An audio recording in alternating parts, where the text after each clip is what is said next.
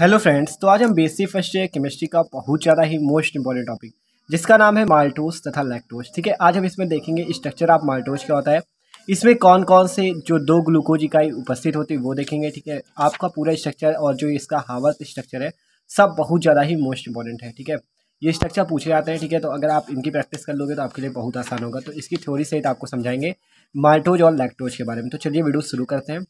पहले हम बात करते हैं स्ट्रक्चर ऑफ माल्टोज की। देखो, बात करें माल्टोज तो आप बात करते हैं कि माल्टोज का फॉर्मूला क्या होता है, अणुसूत्र क्या होता है, जिसे इंग्लिश में हम कहते हैं मोलिकुलर फॉर्मूला। अब माल्टोज का फॉर्मूला क्या होता है, C12H22O11। मतलब इसमें 12 कार्बन 22 हाइड्रोजन एंड 11 ऑक्सीजन होते हैं। ठीक है, C12H22O11 इसका होता है क्या फॉर्मूला, अणुसूत्र होता है, मोलिकुलर फॉर्मूला होता है। ठीक है, अब बात करें, इसमें कहा गया दो ग्लूकोज इकाइयाँ उपस्थित होती है। क्या उपस्थित होती हैं, दो ग्लूकोज इकाइयाँ उपस्थित होती है। देखो कैसे, माल्टोज अम्ल या माल्टेज एंजाइम द्वारा, पहले एकदम थ्योरी पढ़ते हैं फिर बहुत आसानी से आपको समझेंगे। देखो कह रहा है माल्टोज अम्ल या माल्टेज एंजाइम द्वारा जल अपघटित होकर डी ग्लूकोज जो होता है ये आपका क्या करता है, दो अणु देता है। मतलब कि जो माल्टोज है, तो देखो माल्टोज अम्ल या माल्टेज एंजाइम जो होता है जल अपघटित होकर क्या करता है, होकर डी ग्लूकोज के दो अणु देता है। देखो कैसे, आपने देखा ये माल्टोज है, इसका नाम क्या होता है माल्टोज C12H22O11। जब ये जल अपघटित हुआ H2O से H प्लस की उपस्थिति हुई तो देखो यहाँ पे एक ग्लूकोज मतलब दो ग्लूकोज अणु निकलते हैं, C6H12O6 ये निकला और C6H12O6 ये निकला। मतलब ग्लूकोज के दो अणु होते हैं किसमें उपस्थित, आपके माल्टोज में। जो माल्टोज है इस पे क्या होता है, ग्लूकोज के दो अणु उपस्थित होते हैं। आपने देखा माल्टोज अम्ल या कह सकते हो आप माल्टेज एंजाइम द्वारा क्या होते हैं, ये जो जल अपघटित होते हैं जब, तो डी ग्लूकोज के दो अणु देते हैं। देखो माल्टोज था जो कि क्या हुआ, जल अपघटित होकर ग्लूकोज के दो अणु दिया, C6H12O6 और C6H12O6 है दोनों वही। आप ऐसे भी लिख सकते हो 2C6H12O6, वो तो आपको दिखाने के लिए अलग अलग किया गया, C6H12O6 C6H12O6। मतलब डी ग्लूकोज के कितने मोल, 2 मोल। ठीक है, एक होता तो 1 मोल, दो थे तो 2 मोल। अब हमने देखा कि ग्लूकोज इकाइयों की उपस्थिति होती है माल्टोज में। आप देखते हैं इसका जो ओपन स्ट्रक्चर होता है वो कैसा होता है। फॉर्मूला तो ये हो गया अणुसूत्र मोलिकुलर फॉर्मूला।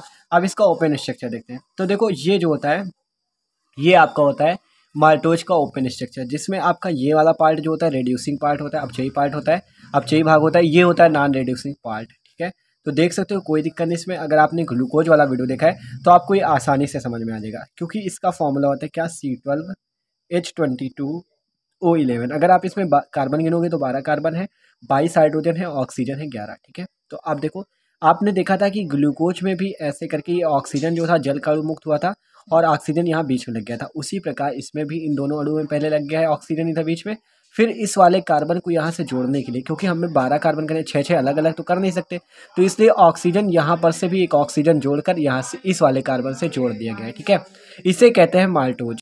ठीक है, तो ये देखा हमने, रेड्यूसिंग पार्ट होता है, अपचयी भाग होता है, ये होता है अनअपचयी, दोनों में ऑक्सीजन यहाँ पे जुड़ा है।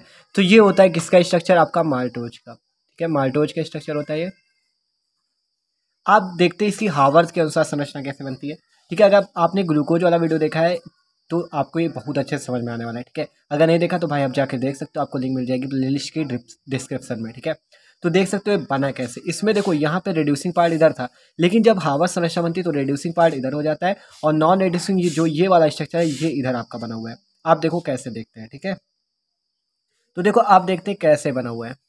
तो देखो अब आपको ध्यान से समझना है, ये जो आपका ये रेड्यूसिंग पार्ट है ये इधर है, इसमें इधर देखो ये जो H और COH इसको आपको ऐसे समझना है, HCOH। ये जो आपका SCOH है इसको ऐसे समझना है।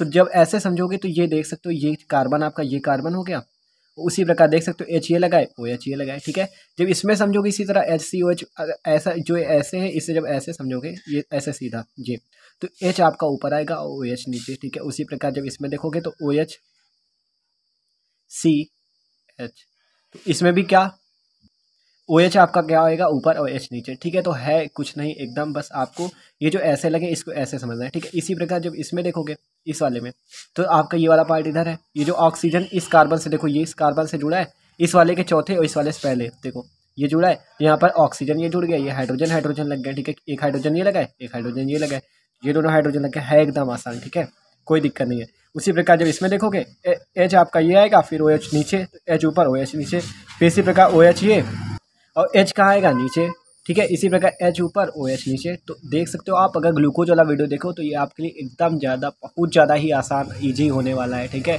क्योंकि उसमें आपको बहुत ज़्यादा आसान है, मतलब इसमें तो पूरा बना के दिखा है, ठीक है, कैसे बनता है। तो अब हम देख चुके हैं माल्टोज का स्ट्रक्चर और इसका हावर्थ भैया के अनुसार स्ट्रक्चर, ठीक है। तो कोई दिक्कत नहीं, इसमें ये आपका हो गया क्या, माल्टोज, ठीक है, माल्टोज।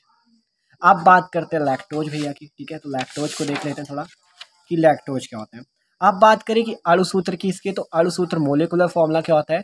तो जो लैक्टोज होता है इसके मोलिकुलर फॉर्मूला की बात करें तो इसका देखो, इसका भी आपका अणुसूत्र जो होता है सेम होता है। लैक्टोज का भी C12H22O11 होता है और इसका भी होता है। बस ये फर्क है कि उसमें 2 ग्लूकोज इकाइयाँ पाई जा रही थी, लेकिन इसमें एक ग्लूकोज और एक गैलेक्टोज इकाइयाँ पाई जाएंगी, ठीक है। उसमें जो आपका माल्टोज था उसमें 2 ग्लूकोज इकाई थी, लेकिन इसमें एक ग्लूकोज तथा गैलेक्टोज इकाई होती, तो ये फर्क है इस पे।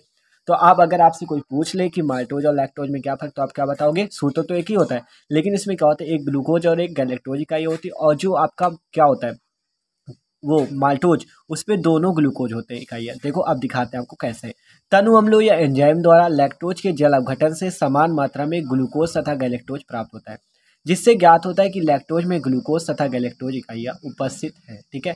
आप देखो देखते हैं, ये आपका हो गया फॉर्मूला लैक्टोज का। जब इस ये क्या हुआ, जल अपघटित हुआ, तो एक ग्लूकोज इकाई निकालता है, ठीक है, एक ग्लूकोज इकाई और एक गैलेक्टोज, ठीक है। देख रहे हो आप, ये लैक्टोज का फॉर्मूला था, ये C12H22O11।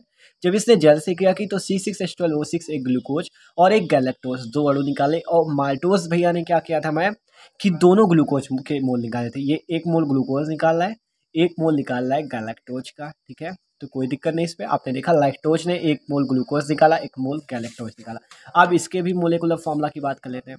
तो देखो ये वाला देख सकते हो आपका, ये इसे कहते हैं हम लैक्टोज। क्या कहते हैं इसे, लैक्टोज कहते हैं। ये पूरा फॉर्मूला जो है ये है लैक्टोज का। आप देखो ये लैक्टोज भैया मैं बने हुए हैं, पूरा स्ट्रक्चर है लैक्टोज का।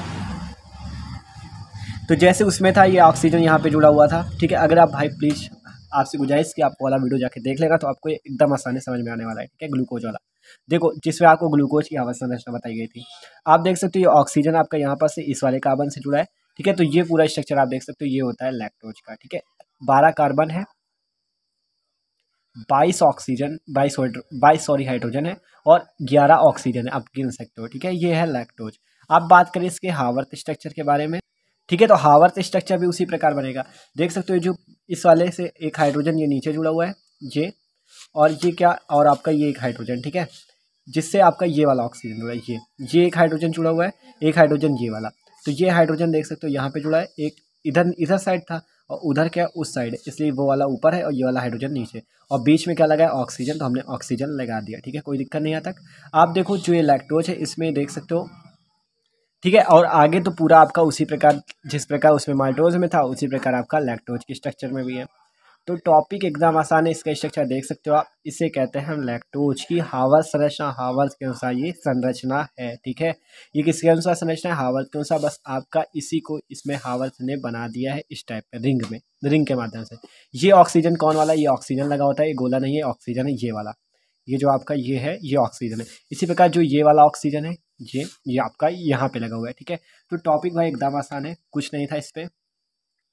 तो भाई इतनी तो मेरी गारंटी कि आपको ये वीडियो समझ में जरूर आया होगा। तो अगर समझ में आ गया तो प्लीज़ लाइक भी कर दो यार, और अपने दोस्तों के साथ शेयर भी कर देना। Okay, thanks for watching this video.